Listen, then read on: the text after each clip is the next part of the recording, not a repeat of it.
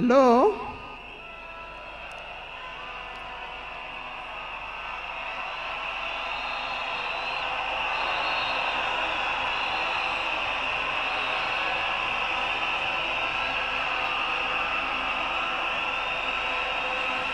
Thank you. Thank you. Thank you. To His Excellency, the President of the Republic of Kenya, His Excellency William Samoei, and Her Excellency Lady Rachel Ruto, the former President, President Uhuru Kenyatta,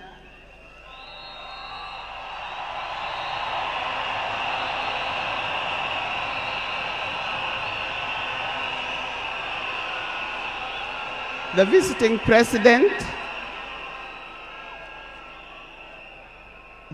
president, past and present, the deputy presidents, all distinguished guests, ladies and gentlemen, and watu wetu wa Kenya kwa jumla, hamjambo. Today is a very unique day.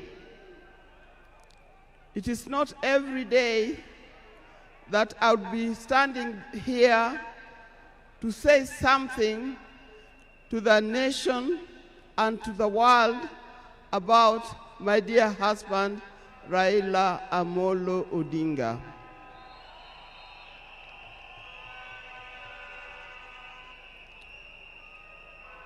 For those who don't know me, I've got a very long name.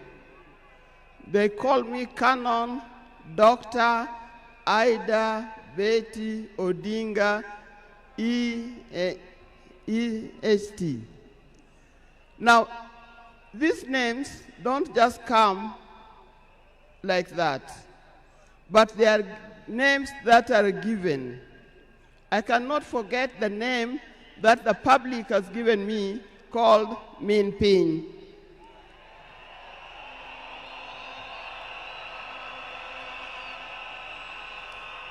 That name is a very heavy name because it is a name that puts a lot of responsibility to the owner of that name. I'm also gotten the name of Peace Ambassador. And for that reason, even before I say something else, I'd like to say something about peace. One thing that I know that Raila stood for, and he keep on repeating, is that we need peace in our nation, we need peace in our homes. And peace will not survive in a situation, in a chaotic situation. For that reason, I appeal, today I appeal, let us mourn Raila in peace. I know you are all concerned, I know you are all mourning, you are sad about this, but let's keep peace so that the peace can prevail, not only here in the stadium, but also in the rest of the country. Coming to talk about my dear husband, Raila Amolo Odinga. I first met Raila way back in the early 70s, and we got married in 1973. For that reason, I've lived with this man for 52 years. Many of the people that I see or who are in this stadium could have easily be our children. No wonder you call him Baba. That name did not come from nowhere, but came from the experience and the life that he has lived with and relationship that he has had with some of these people. During our union, we were blessed by 4 children. First, we had the first child was called Fidel Castro Odhiambo Odinga. When Fidel was born, I was a bit hesitant the way he gives the name. I said, why do you call him Fidel? Then he said he was a great admirer of Fidel Castro, and therefore he named his first child Fidel Castro Odinga. Later, we had the second child, Rosemary, and here again, Rose is the name of my mother, and Mary is the name of his mother. We combined the 2 names together, and we called the child Rosemary. It also has a meaning to us. When it came to the third one, and he named after his best friend and his cousin called Raila Kembo, with whom they shared the name. So we ended up with Raila Odinga Odinga. Last, there was a big gap, and I'll explain to you. Last came the 4th child. The 4th child, when I went to the hospital, and you know those mothers, you know, you end up somewhere in labor ward. And I was watching the television. And on the television, that's the time when Nelson Mandela had come out of prison. It was he's been there for 27 years. Raila also had been in prison, but that's not why we named her Winnie. And I was watching the television, I could see Nelson Mandela and Winnie Mandela holding hands as Mandela walked out of the gates of the prison.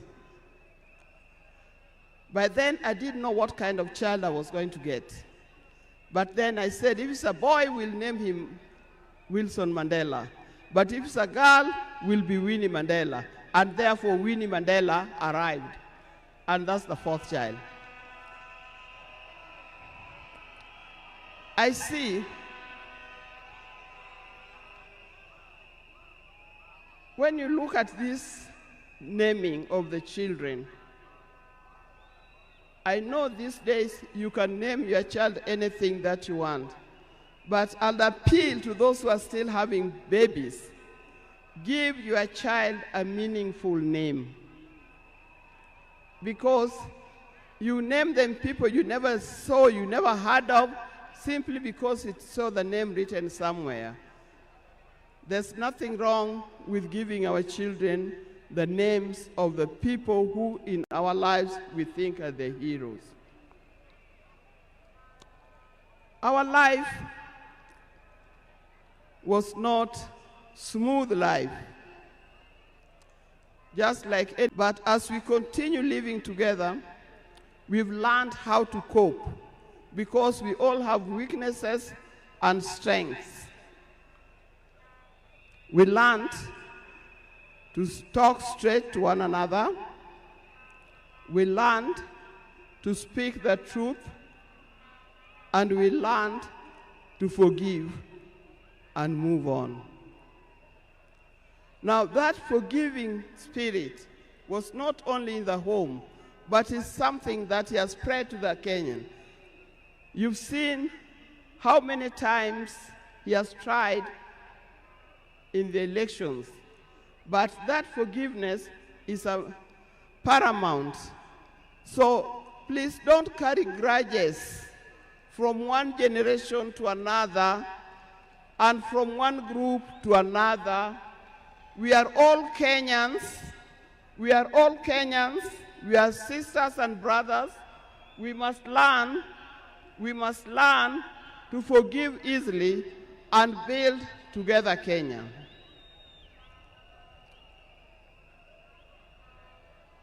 Towards the end, I'll not say everything. I would like to say everything, but time would not allow. And a span of 52 years is not a short time. I hope that when I get another opportunity on Sunday, I'll be able to say more. But one